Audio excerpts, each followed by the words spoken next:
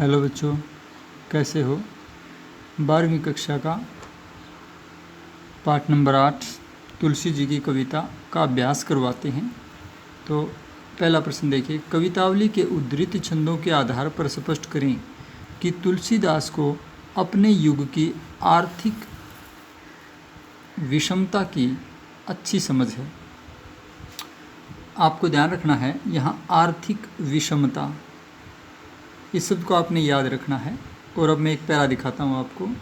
एक तो ये पैरा हमने पढ़ा था कि चाहे कोई मज़दूर हो, किसान हो, बनिया हो, भिखारी हो, नाचने गाने वाले हों, कोई भी हो, सब पेट को भरने के लिए भले बुरे काम करने को मजबूर हैं, बेटा बेटी को भी बेचने को मजबूर हैं। ये बात हमने पढ़ी थी।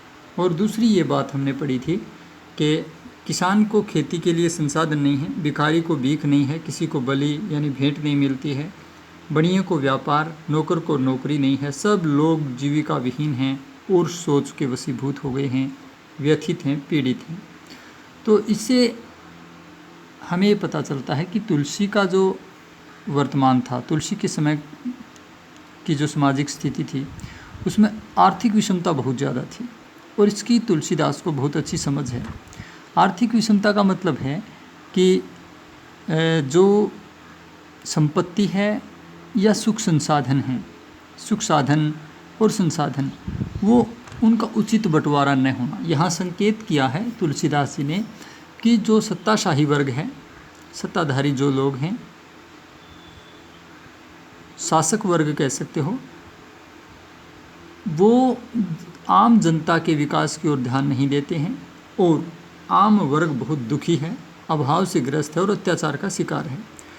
तो इससे निश्चित ये तय होता है, ये पता चल जाता है कि शासक वर्ग स्वयं तो ठाठ बाट से रहता था, मौज विलास करता था, लेकिन आम जनता जिसमें किसान है, बनिया है, व्यापारी है, नौकर चाकर, इन सब की दशा बहुत बुरी है और इनको जो है संकट में छोड़ दिया गया है।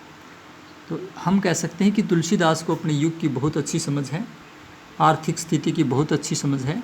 और तुलसीदास जी ने बहुत अच्छे उदाहरण के द्वारा बताते हुए ये बताया है कि किसान के पास खेती के संसाधन नहीं है, भिखारी को भीख नहीं मिलती, क्योंकि भिखारी को भी भीख तभी मिलती है जब किसी के पास कुछ होता है, और न भेंट मिलती है, न बनिए को व्यापार है, न नौकर के पास नौकरी है। सभी लोग शोक में डूबे हुए हैं। तो इसे पता चलता है कि तुलसी के समय में आर्थिक स्थिति बहुत खराब थी और तुलसीदास जी ने अपनी रचनाओं में इस आर्थिक स्थिति को उतारना बहुत ज़रूरी समझा और उन्हें इसकी बहुत अच्छी समझ भी थी। उन्होंने तो यहाँ तक कहा है तुलसीदास जी ने तो कि लोग अपने बेटा और बेटी को बेचने तक को विवश थे, आर्थिक स्थिति खराब होने की वजह से।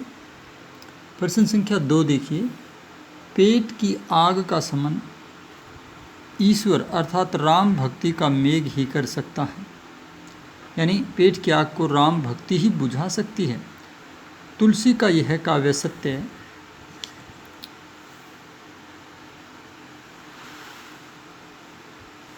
क्या इस समय का भी युग सत्य है, यानी आज का भी युग सत्य है? तर्क संगत उत्तर दीजिए। कहने का अभिप्राय ये है कि तुलसीदास जी ने अपने समकालीन समाज को, आर्थिक विषमता से जूझते हुए समकालीन समाज को ये कहा है कि पेट की आग का समन ईश्वर राम का मेघ ही करता है।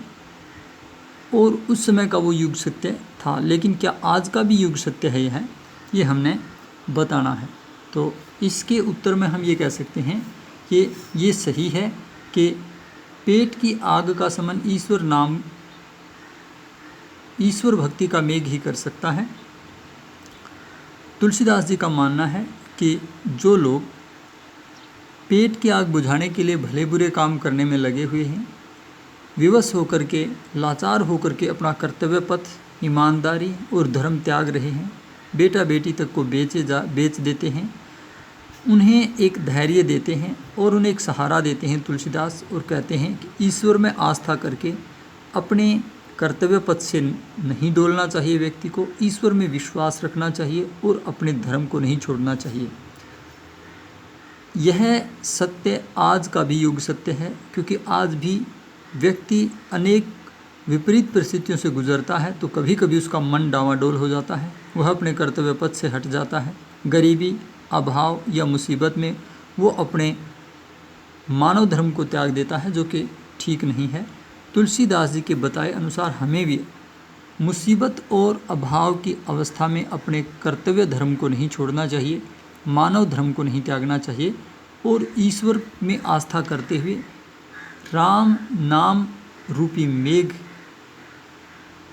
में विश्वास करना चाहिए। वही हमारे इसे पेट की आग को शांत करता है, क्योंकि जो व्यक्ति कर्तव्य पथ पर अडिग रहता है अंत में विजय उसी को मिलती है और वह निश्चय ही दुर्दशा से बाहर निकलता है। प्रश्न संख्या 3 देखिए, कहता है तुलसी ने यह कहने की ज़रूरत क्यों समझी। नीचे जो कथन है वो,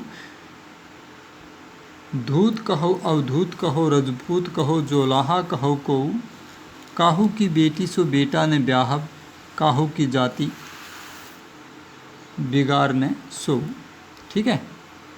और आगे ये भी पूछता है कि इस सवैया में काहू के बेटा सो बेटी ने ब्याहब अगर वो कहते, तुलसीदास कहते, तो सामाजिक अर्थ में क्या परिवर्तन आता। हमने इस कथन को देखना है कि ऐसा क्यों कहा है कि काहू की बेटी सो बेटा ने ब्याहब।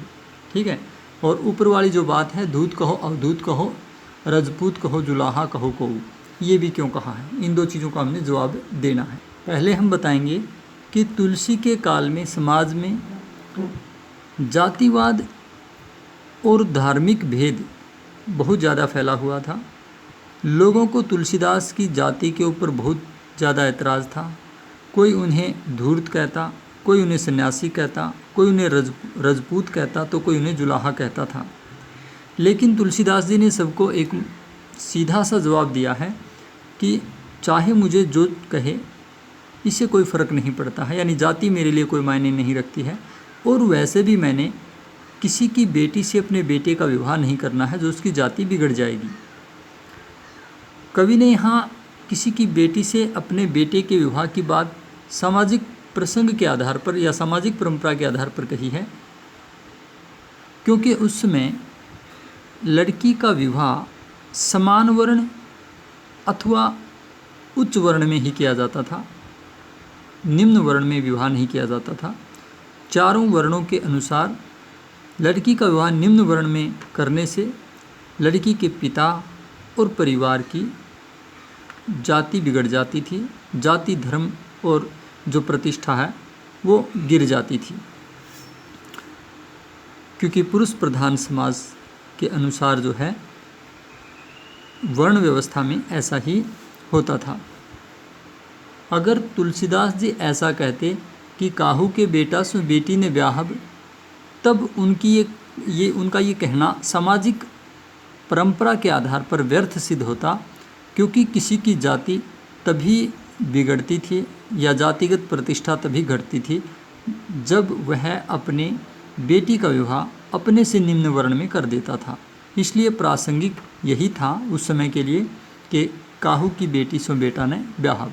अतः तुलसीदास ने अपने युग परंपरा के अनुरूप, वर्ण व्यवस्था के अनुरूप ठीक उक्ति का प्रयोग किया था। अब इस क्वेश्चन का उत्तर समझाने के लिए मैं थोड़ा सा डिटेल से बताता हूँ, जो आपने समझना है और लिखते समय कम शब्दावली में ही आपने लिखना पड़ेगा।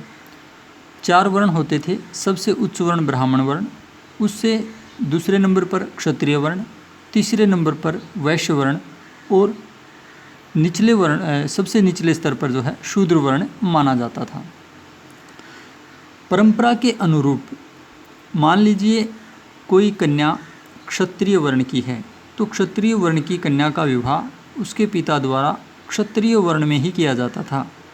एक ही वर्ण में कई जातियां होती थी, लेकिन वो समान सामाजिक स्तर की मानी जाती थी, तो क्षत्रिय वर्ण में ही उसका विवाह होता था। कुछ विशिष्ट परिस्थितियों में क्षत्रिय वर्ण की कन्या का ब्राह्मण वर्ण में भी विवाह हो जाता था, लेकिन क्षत्रिय वर्ण की कन्या का वैश्य या शूद्र वर्ण में विवाह नहीं होता था। ठीक ऐसे ही ब्राह्मण वर्ण की कन्या का विवाह ब्राह्मण वर्ण में ही किया जाता था और अगर उसका विवाह उससे नीचे किसी वर्ण में, चाहे क्षत्रिय, वैश्य या शूद्र वर्ण में किया जाता तो इससे पिता की सामाजिक प्रतिष्ठा घट जाती थी, उसकी इज्जत कम हो जाती थी। और इसी परंपरा को ध्यान में रखते हुए तुलसीदास ने कहा है, काहू की बेटी सो बेटा न ब्याहव, कि अगर मेरी जाति नीची होगी, मेरा वर्ण निम्न होगा और मैं किसी उच्च वर्ण की लड़की के साथ अपने बेटे का विवाह झूठ बोलकर करा देता हूँ तो उनकी सामाजिक प्रतिष्ठा घट जाएगी। ऐसा तो नहीं है, तो इसलिए उन्होंने इस उक्ति का प्रयोग किया था। तो फिर भला मेरी जाति से किसी को क्या फ़र्क पड़ता है। इसके बाकी 4 प्रश्न रहते हैं, वो अगले वीडियो में कराएंगे।